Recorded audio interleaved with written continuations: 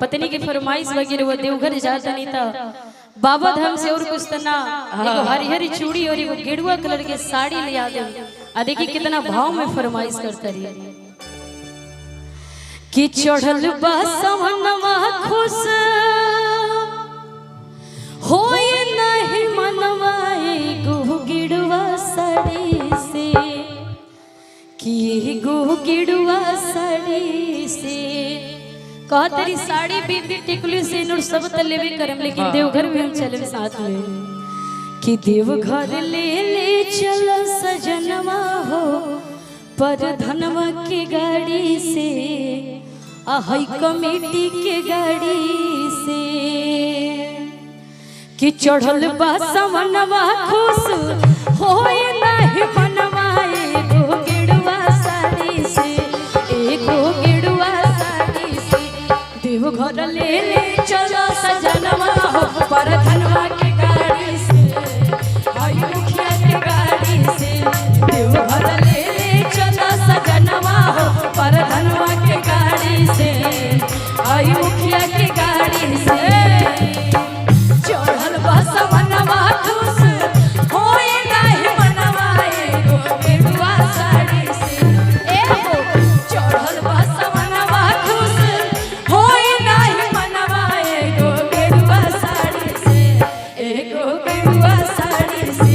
देवघर ले चलो सजनवा हो पर धनवा के गाड़ी से आई मुखिया के गाड़ी से देवघर ले चलो सजनवा हो पर धनवा के गाड़ी से आई कमेटी के गाड़ी से। हेलो उठाइए बोल बा प्रेम से बोली शंकर भगवान की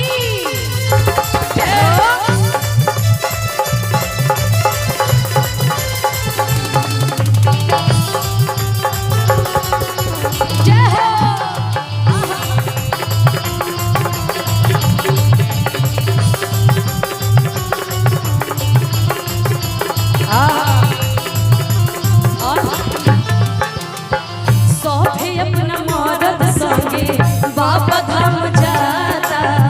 कैसे हम अकेले जाइब मन छटपटाता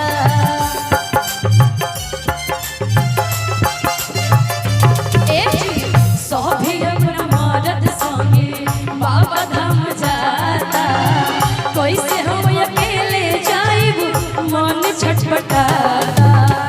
बहने नायक कन्या कैसे कोनो तोर सनिया बाबा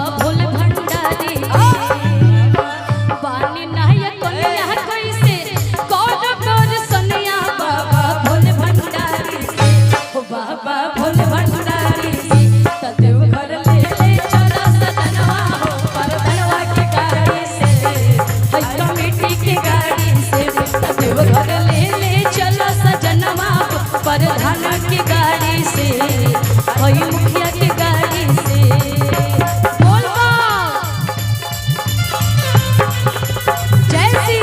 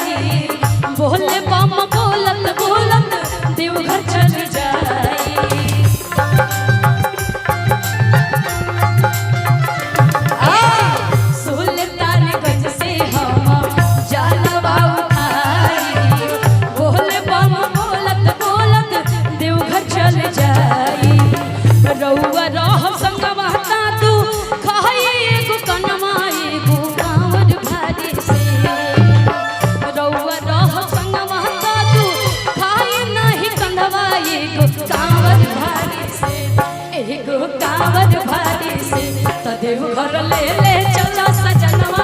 पर धनवा के गाड़ी से हई मुखिया के गाड़ी से देवघर ले चलो सजनवा पर धनवा से आई मुखिया के गाड़ी से चढ़ल बसवनवा खुश